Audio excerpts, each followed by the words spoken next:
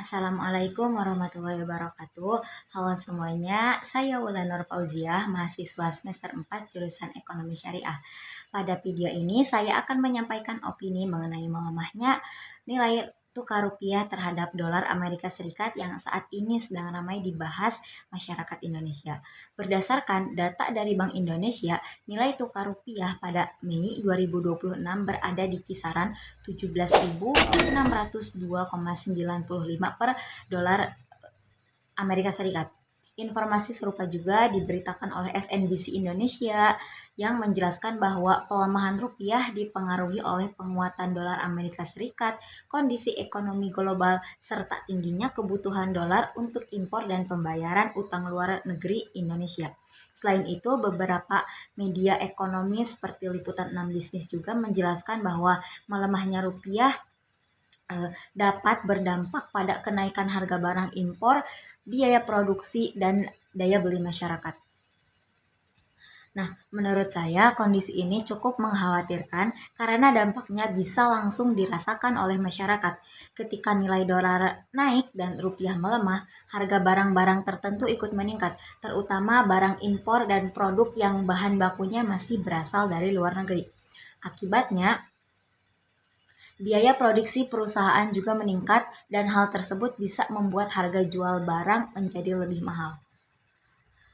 Nah, jadi pada akhirnya masyarakat harus mengeluarkan uang lebih banyak untuk memenuhi kebutuhan sehari-hari.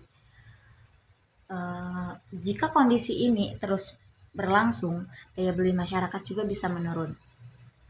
Selain itu, pelemahan rupiah menunjukkan bahwa Indonesia masih cukup bergantung pada impor dan kondisi ekonomi global. Ketika ekonomi dunia mengalami ketidakstabilan, Indonesia juga ikut terkena dampaknya. Namun menurut saya, pelemahan rupiah ini tidak selalu memberikan dampak negatif.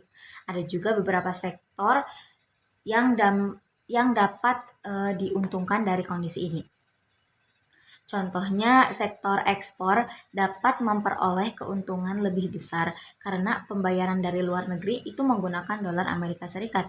Ketika dolar dikonversi ke rupiah, nilainya menjadi lebih tinggi sehingga pendapatan eksportir juga meningkat.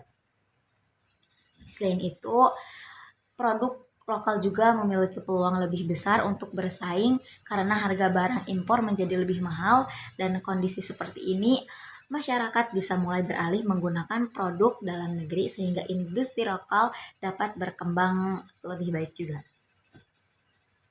Tetapi meskipun begitu, menurut saya dampak negatif pelemahan rupiah dapat lebih banyak dirasakan masyarakat umum dibanding dampak positifnya, karena harga barang dan biaya hidup biasanya lebih cepat dirasakan dibanding manfaat ekonomi dari sektor impor. Oleh karena itu, pemerintah perlu menjaga stabilitas ekonomi dan memperkuat produksi dalam negeri agar Indonesia tidak terlalu bergantung pada impor. Selain itu juga masyarakat perlu lebih bijak dalam mengatur pengeluaran dan mulai mendukung penggunaan produk lokal. Jadi kesimpulannya, melemahnya rupiah hingga sekitar 17.602,95 per US dollar menjadi tanda bahwa Indonesia sedang menghadapi tantangan ekonomi yang cukup besar. Walaupun ada beberapa dampak positif bagi sektor-sektor tertentu, masyarakat tetap perlu waspada karena pelemahan rupiah dapat mempengaruhi harga barang dan daya beli masyarakat. Mungkin sekian yang dapat saya sampaikan.